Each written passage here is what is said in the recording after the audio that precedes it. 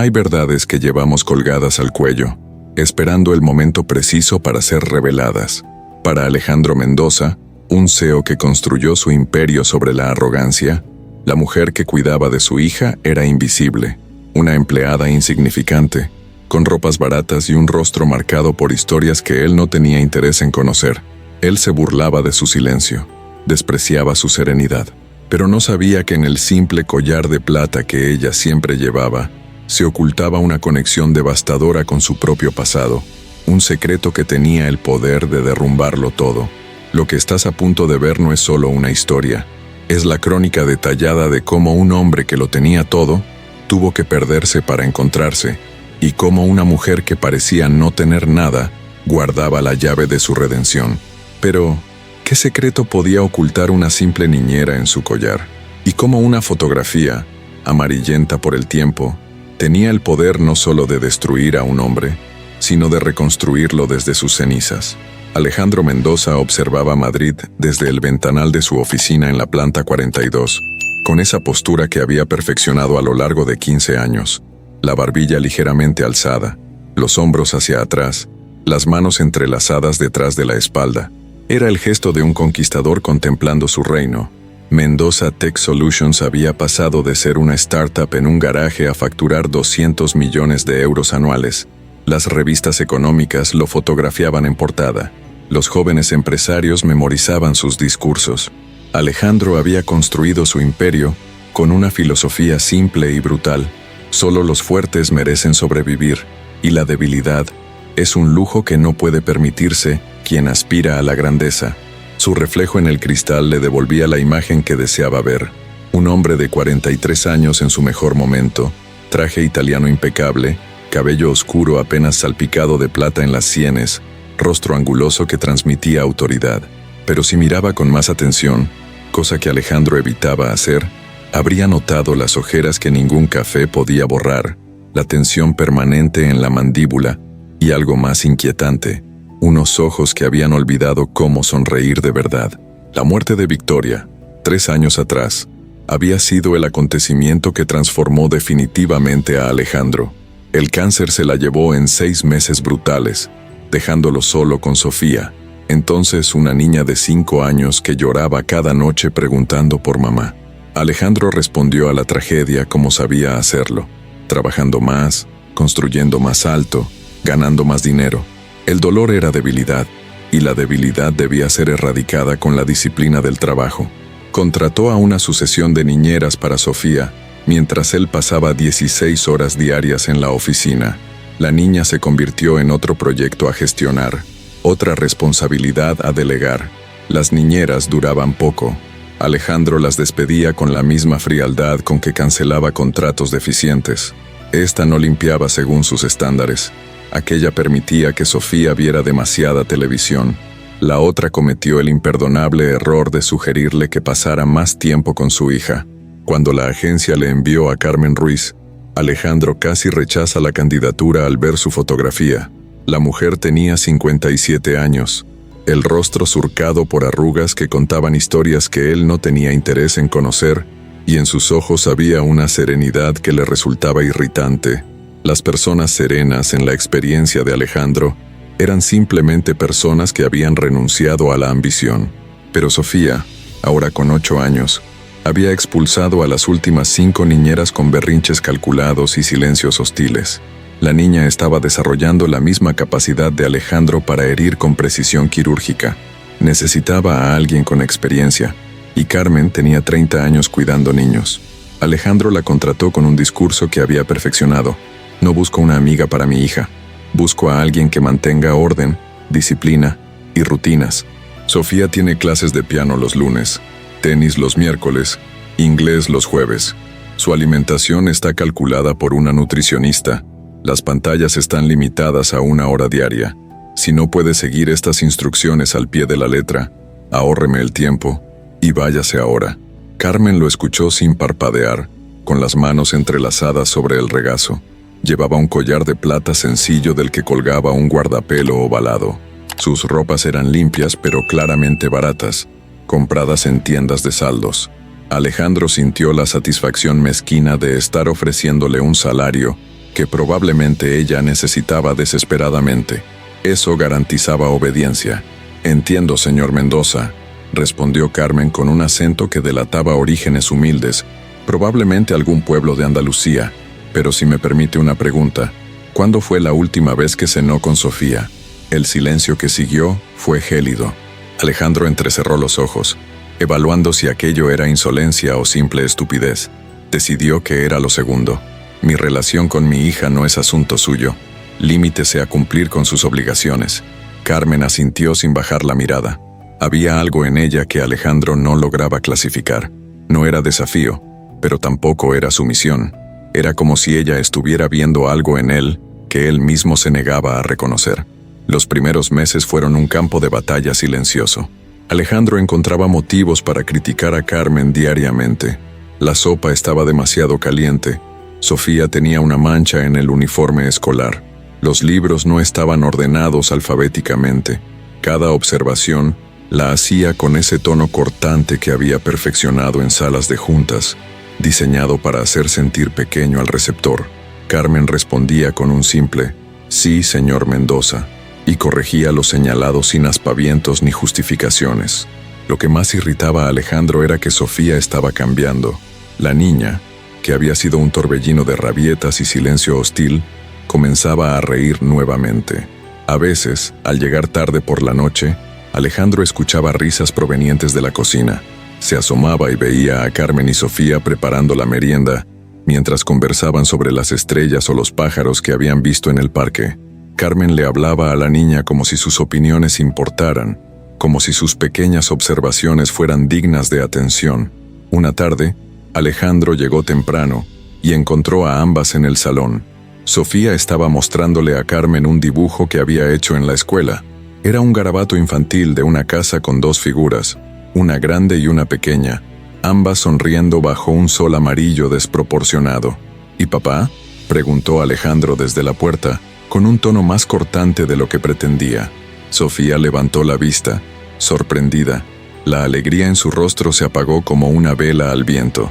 «Papá siempre está trabajando», dijo la niña con una simplicidad devastadora, antes de volver su atención al dibujo. Alejandro sintió algo retorcerse en su pecho, pero lo sofocó de inmediato. Se volvió hacia Carmen buscando un objetivo más fácil para la incomodidad que no sabía nombrar. «El próximo sábado tengo una cena de negocios importante en casa, 15 inversionistas y sus esposas. Necesito que todo esté impecable. La empresa de catering llegará a las 5, pero usted supervisará que no cometan errores. Sofía cenará en su habitación. No quiero interrupciones». Carmen lo miró con esa expresión serena que tanto lo irritaba. «Sofía podría ayudarme a recibir los abrigos. Sería una buena oportunidad para que aprendiera modales sociales». Alejandro soltó una risa breve, sin humor. «¿Modales sociales? Es una niña de 8 años. Los inversionistas no están aquí para conocer a mi hija. Están aquí para firmar contratos millonarios. Manténgala alejada». «Como usted ordene», respondió Carmen, y en su tono había algo que sonaba peligrosamente cercano a la lástima. La cena fue un éxito rotundo. Alejandro brilló como sabía hacerlo, cautivando a los inversionistas con su visión de expansión internacional, sus proyecciones de crecimiento, su carisma calculado. Firmaron los contratos antes del postre. Cuando el último invitado se marchó pasada la medianoche, Alejandro descorchó una botella de champán de 1.000 euros para celebrar en soledad. Se sirvió una copa en el salón vacío, rodeado de los restos de la fiesta. Servilletas usadas, copas a medio terminar, el olor de perfumes caros mezclándose con el aroma de la comida. Desde el pasillo llegaba un sonido débil. Alejandro se acercó y distinguió la voz de Carmen cantando bajito en la habitación de Sofía. Era una nana antigua, de esas que se transmiten de generación en generación. La melodía era simple pero hermosa, llena de una ternura que hacía décadas Alejandro no escuchaba. Se quedó en el pasillo, copa en mano, escuchando. Cuando Carmen salió de la habitación, lo encontró ahí. «Ya está dormida», dijo ella con suavidad, cerrando la puerta con cuidado. «No le pedí que le cantara», replicó Alejandro, molesto consigo mismo por haber sido descubierto escuchando. «Lo sé, lo hago porque quiero». «¿Por qué?». La pregunta salió más brusca de lo que pretendía. Carmen lo miró directo a los ojos. y por primera vez Alejandro notó que eran de un marrón cálido, del color de la tierra después de la lluvia, porque todos los niños merecen dormirse sintiéndose amados, incluso cuando creen que no lo son. Alejandro sintió como si le hubieran abofeteado. Mi hija está perfectamente cuidada, tiene todo lo que necesita. Tiene muchas cosas, señor Mendoza. Eso es diferente. La furia le subió como lava. ¿Quién se cree usted para juzgarme? Usted es una simple niñera. Yo construí un imperio. Yo proveo para mi hija. Le doy oportunidades que millones de niños solo pueden soñar. ¿Qué ha construido usted? ¿Qué ha logrado en su vida aparte de cambiar pañales y cocinar sopas? Carmen no retrocedió. Su mano se alzó instintivamente hacia el collar que siempre llevaba, tocando el guardapelo como si fuera un talismán. Había un dolor antiguo en sus ojos, pero también una dignidad que Alejandro no esperaba. He logrado algo que usted parece haber olvidado cómo hacer, señor Mendoza. He amado, y he sido amada. Y eso, créame, vale más que todos los imperios del mundo. Alejandro apretó la copa con tanta fuerza que casi la rompe. Salga de mi vista. Carmen asintió y se dirigió a su habitación, que estaba en la planta de servicio. Alejandro se quedó solo en el pasillo, con la copa de champán que ahora sabía amarga, sintiendo una grieta abrirse en el muro que había construido alrededor de su corazón. La cerró de inmediato. Los muros existían por una razón. Protegían, mantenían fuera el dolor. Los siguientes meses, Alejandro aumentó sus horas en la oficina. Semanas enteras pasaban sin que viera a Sofía despierta. Salía antes de que ella bajara a desayunar y regresaba cuando ya dormía. Carmen se convirtió en una presencia fantasmal en su casa, eficiente, silenciosa, invisible excepto por los pequeños recordatorios de que Sofía estaba floreciendo bajo su cuidado. La niña sacaba mejores calificaciones, había hecho nuevas amigas. Sus profesores comentaban lo sociable y alegre que se había vuelto. Alejandro se decía a sí mismo que eso probaba que su método funcionaba. Había contratado a la persona adecuada para delegar la crianza. Pero en las noches, cuando el insomnio lo acosaba, escuchaba el eco de las palabras de Carmen. Tiene muchas cosas. Eso es diferente. El derrumbe llegó en una tarde de noviembre, cuando el cielo de Madrid era del color del acero. Alejandro recibió una llamada de la escuela. Sofía había sufrido un ataque de ansiedad durante la clase de matemáticas. Cuando él llegó, la encontró en la enfermería, pálida y temblorosa, con Carmen sosteniéndole la mano. ¿Qué pasó?, exigió saber Alejandro. La profesora explicó que Sofía había comenzado a hiperventilar sin razón aparente. Seguía diciendo que no quería olvidar el rostro de su madre, que tenía miedo de olvidarlo. Alejandro miró a su hija, y por primera vez en 3 años, realmente la vio, no como un proyecto a gestionar, sino como lo que era, una niña rota que había perdido a su madre y que, de alguna manera, también había perdido a su padre en el proceso. La culpa cayó sobre él como un edificio colapsando, aplastante e ineludible. Esa noche, después de llevar a Sofía a casa y verla dormir inquieta, Alejandro se sirvió un whisky y se hundió en el sofá del salón. Por primera vez en años, permitió que las lágrimas vinieran. Lloró por Victoria, lloró por Sofía, lloró por el hombre en que se había convertido. Exitoso, admirado y absolutamente vacío. Carmen apareció en el umbral de la puerta, pero no dijo nada. Simplemente se sentó en silencio en la silla opuesta, dándole la dignidad de su dolor sin pretender arreglarlo. «No sé qué estoy haciendo», susurró Alejandro finalmente, la voz quebrada. «Creí que si trabajaba lo suficiente, si ganaba lo suficiente, sería suficiente. Pero he perdido todo lo que importa, ¿verdad?». Carmen no respondió de inmediato. Cuando lo hizo, su voz era suave pero firme. «No todo está perdido mientras haya vida, señor Mendoza. Pero sí, ha estado corriendo en la dirección equivocada durante mucho tiempo». Alejandro levantó la vista, los ojos rojos. «¿Cómo lo hace? ¿Cómo permanece tan entera?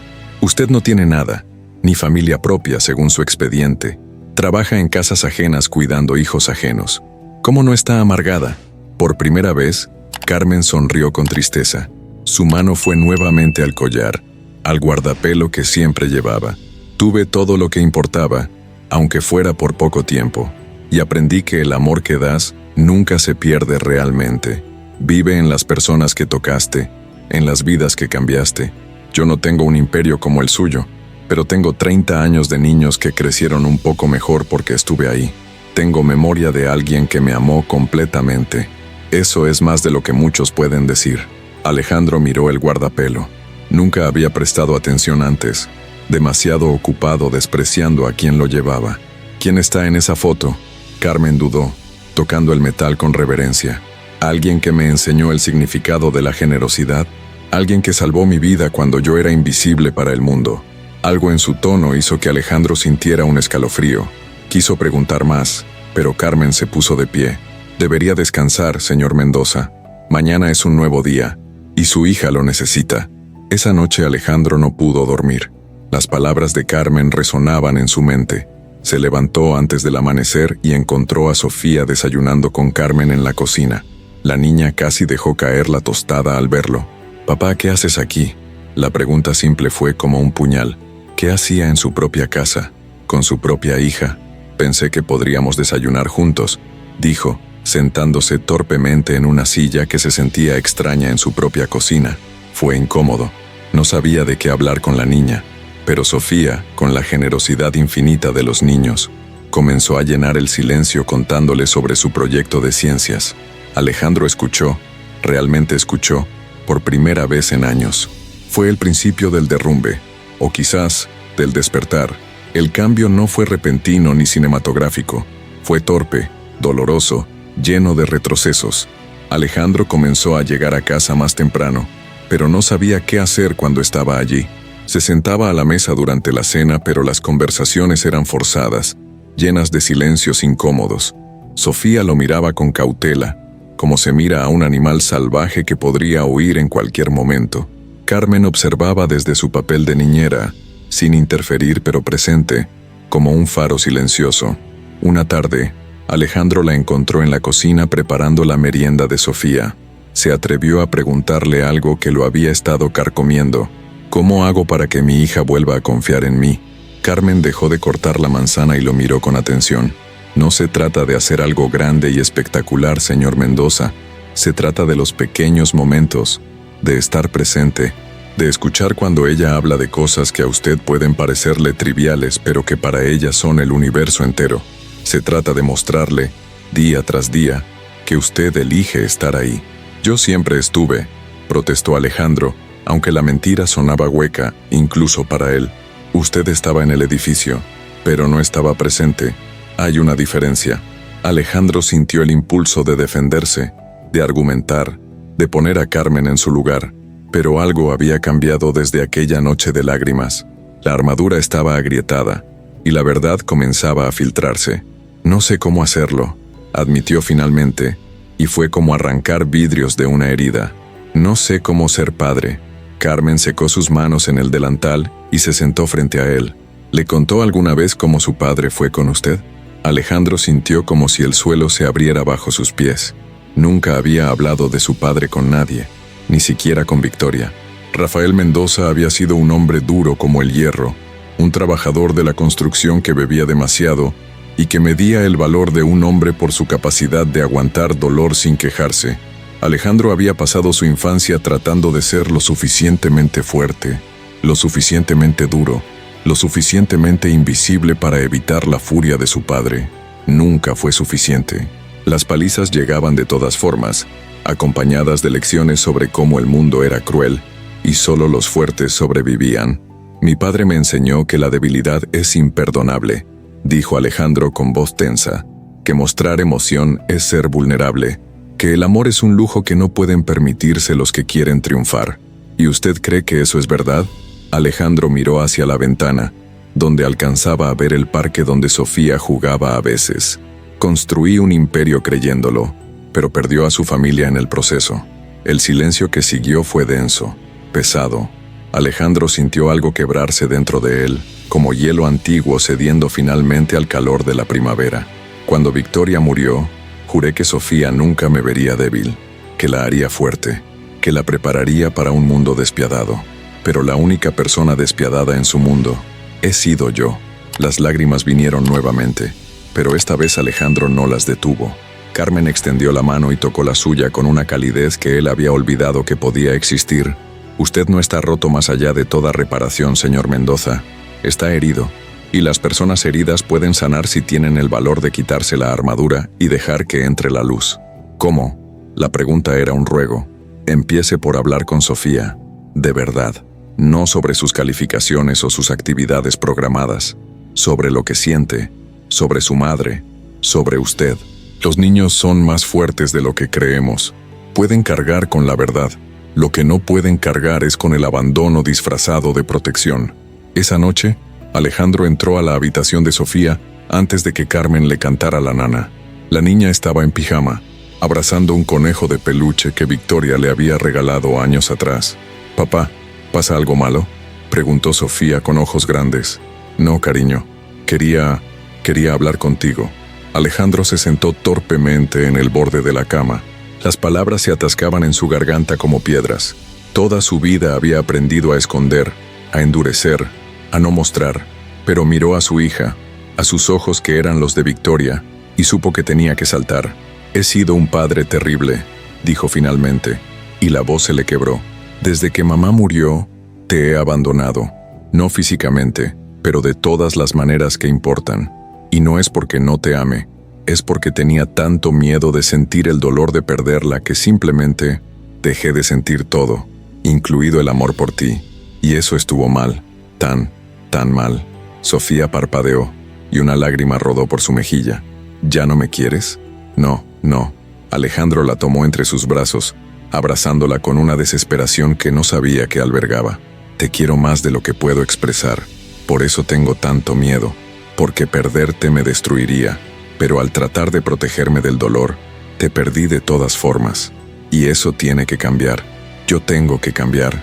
Sofía se aferró a él sollozando contra su pecho. «Yo también tengo miedo, papá. Tengo miedo de olvidar el rostro de mamá. Tengo miedo de que ella me olvide donde quiera que esté». Alejandro sintió como si le arrancaran el corazón. «Tu madre nunca te olvidará, Sofía. Y tú no la olvidarás.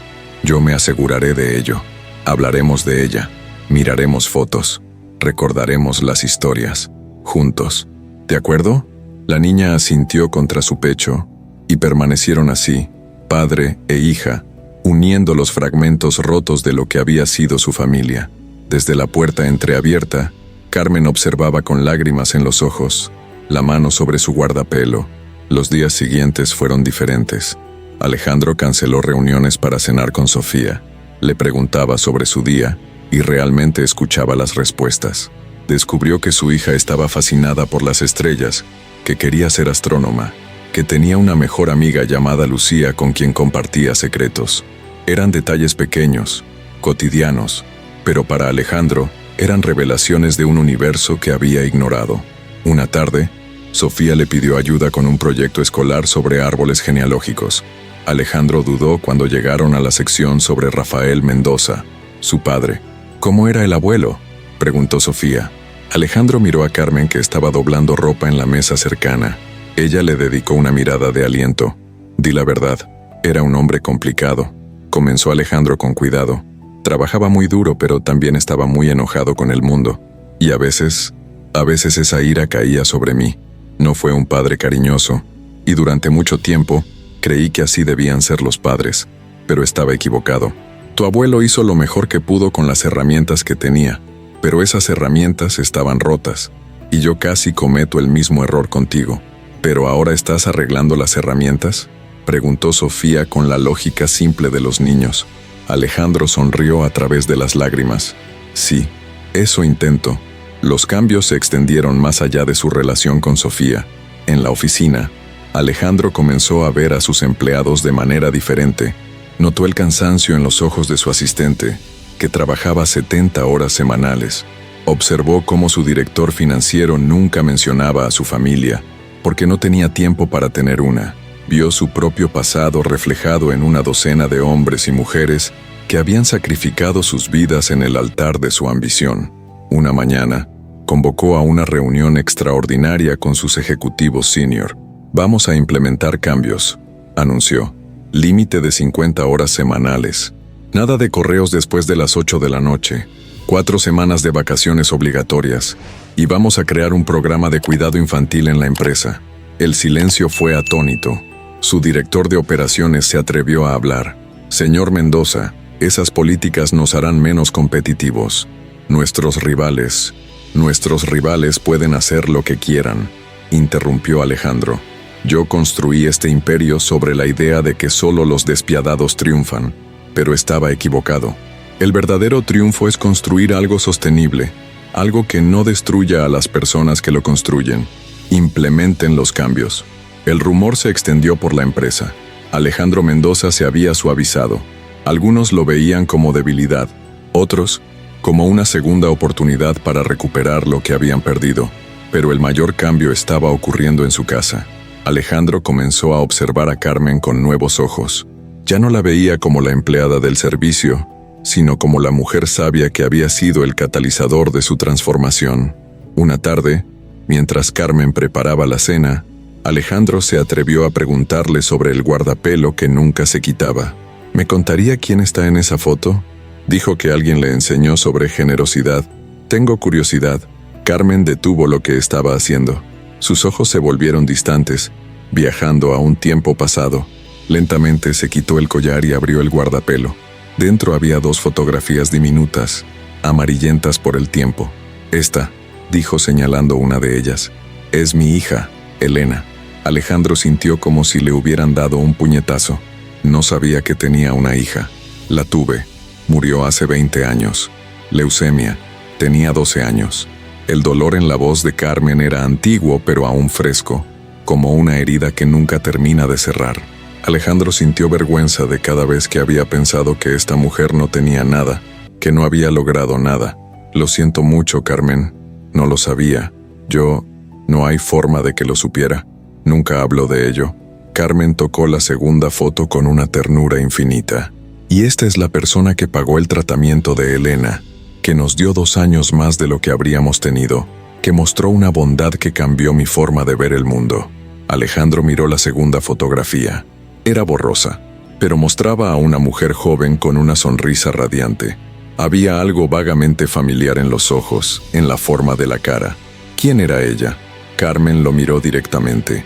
Se llamaba Victoria Sánchez de Mendoza. El mundo se detuvo. Alejandro sintió como si el suelo desapareciera bajo sus pies. ¿Qué? Yo trabajaba en el hospital donde Elena recibía tratamiento. Limpiaba los pisos del ala oncológica. Su esposa iba allí como voluntaria, leyendo a los niños enfermos. Conoció a Elena. Se encariñó con ella. Cuando descubrió que no podíamos pagar el tratamiento experimental que podría salvarla, lo pagó, de su propio dinero, sin esperar nada a cambio. Ni siquiera quería que yo supiera que había sido ella. Alejandro estaba temblando. Victoria nunca me dijo nada. Ella era así. No hacía el bien para recibir reconocimiento. Lo hacía porque su corazón era generoso.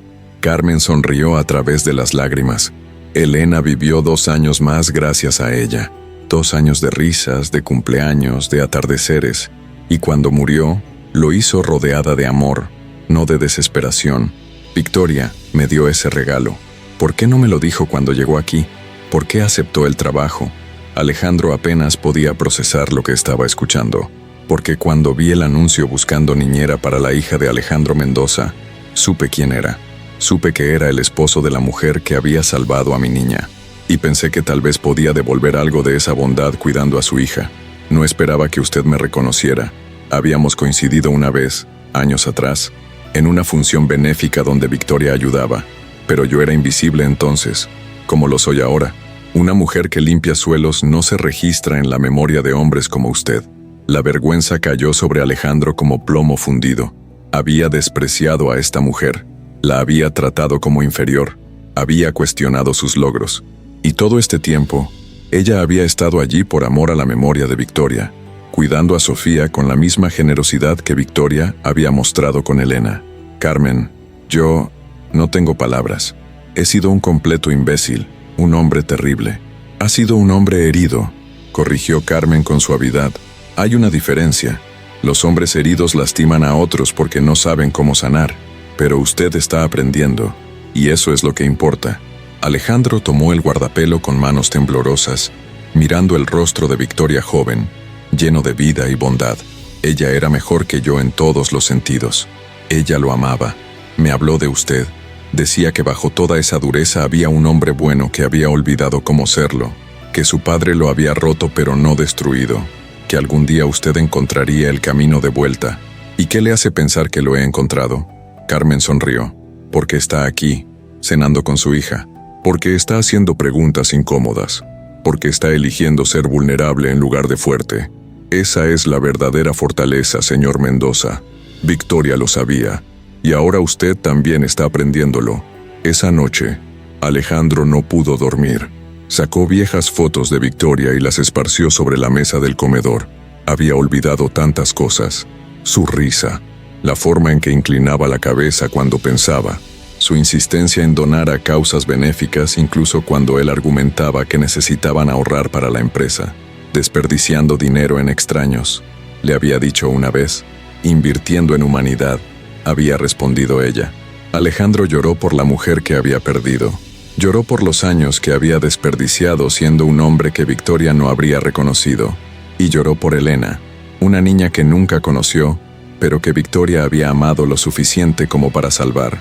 A la mañana siguiente llamó a Carmen al estudio. «Quiero hacer algo», dijo. «Por la memoria de Elena, por Victoria, por usted. Dígame qué puedo hacer». Carmen negó con la cabeza. «No me debe nada, señor Mendoza. No se trata de deuda. Se trata de honrar algo. De ser el tipo de hombre que Victoria creyó que yo podía ser». Carmen pensó un momento. El hospital donde Elena fue tratada está luchando por fondos. El ala pediátrica oncológica podría cerrarse. Hay docenas de niños como Elena allí, familias como la mía que no pueden pagar los tratamientos. Alejandro asintió. «Lo resolveré». La Fundación Victoria y Elena Mendoza fue inaugurada 3 meses después. Alejandro donó 10 millones de euros de su patrimonio personal para salvar el ala pediátrica oncológica y establecer un fondo para tratamientos gratuitos. No buscó publicidad ni elogios. Lo hizo en silencio, como Victoria habría querido. Pero el cambio más profundo no estaba en el cheque, sino en el hombre que lo firmó.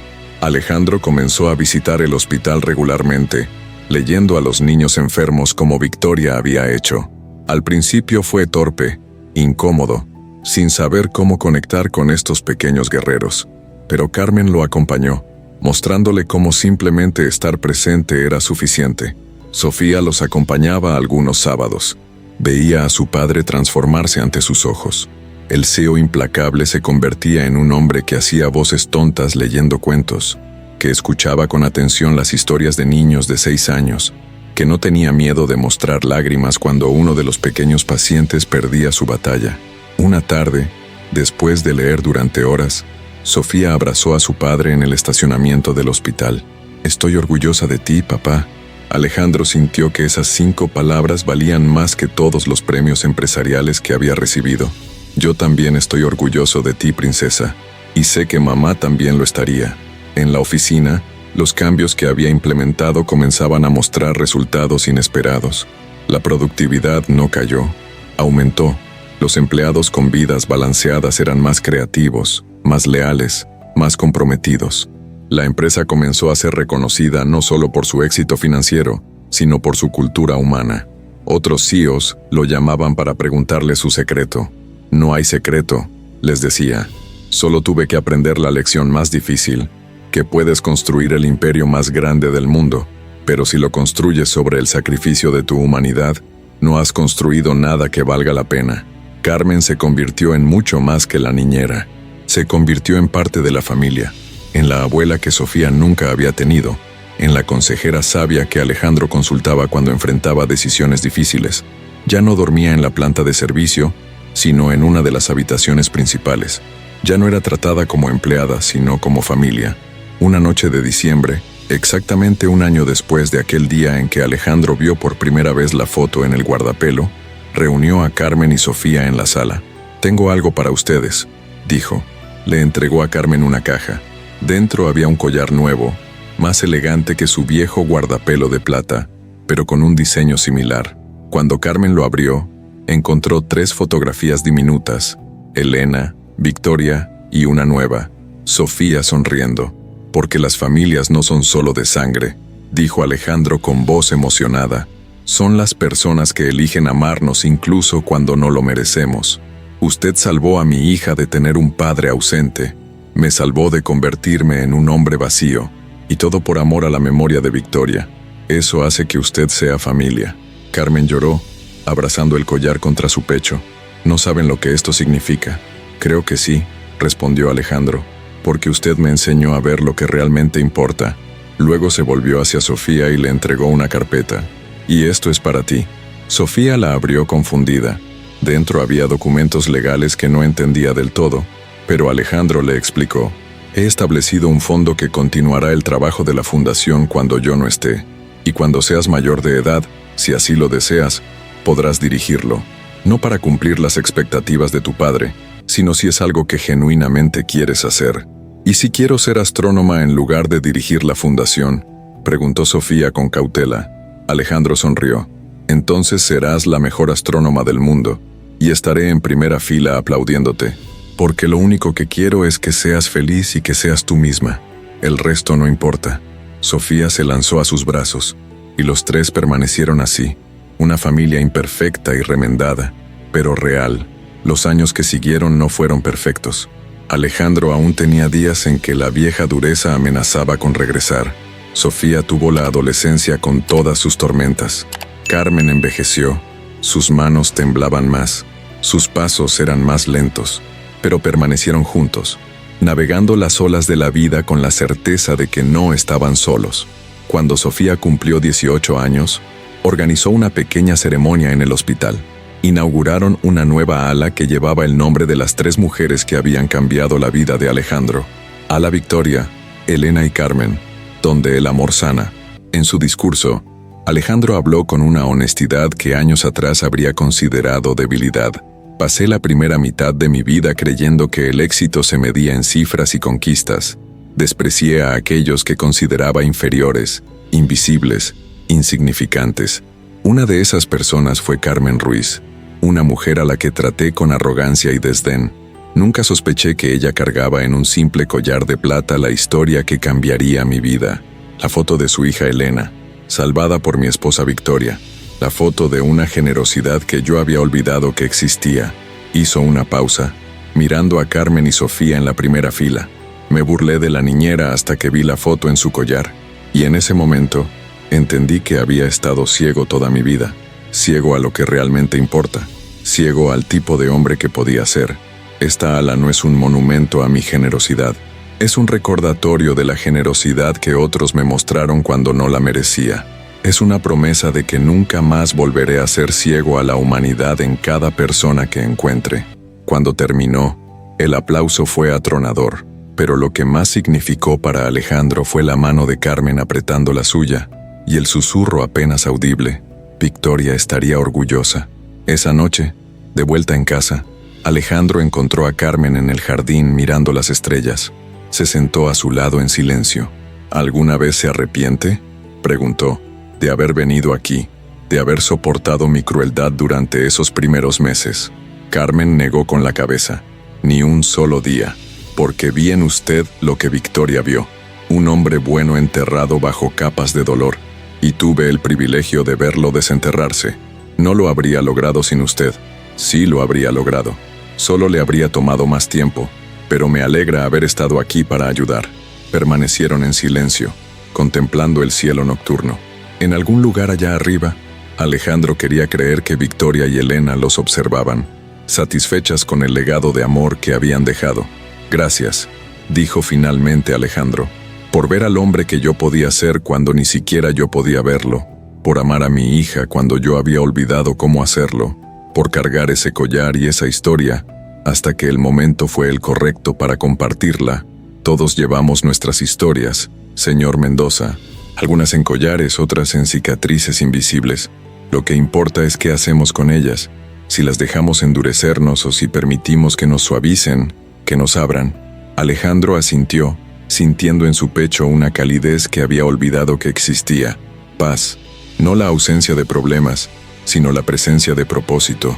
No había construido el imperio más grande, pero había construido algo mejor. Una vida con significado, conexiones reales, un legado de amor en lugar de conquista. Y todo había comenzado con una foto en un collar de plata, llevada por una mujer invisible, que resultó ser la más importante de todas. Hay lecciones que la vida nos enseña del modo más inesperado. A veces, aquellos a quienes despreciamos son precisamente quienes guardan las llaves de nuestra redención. A veces, lo que consideramos insignificante es lo más valioso de todo, y a veces, un simple collar de plata puede derribar los muros más altos que el orgullo ha construido. Si esta historia te ha conmovido, si has visto reflejada en ella alguna verdad de tu propia vida, compártela, porque hay alguien allá afuera que necesita escuchar que el cambio es posible, que nunca es demasiado tarde para empezar de nuevo, que el verdadero éxito se mide en los corazones que tocamos, no en los imperios que construimos. Dale like a este video si crees que la humanidad es más importante que el prestigio. Suscríbete al canal para más historias que te recuerden lo que realmente importa. Y deja en los comentarios, ¿quién es la persona invisible en tu vida a quien nunca has valorado lo suficiente? Porque todos llevamos collares con historias. La pregunta es, ¿estamos dispuestos a mirar?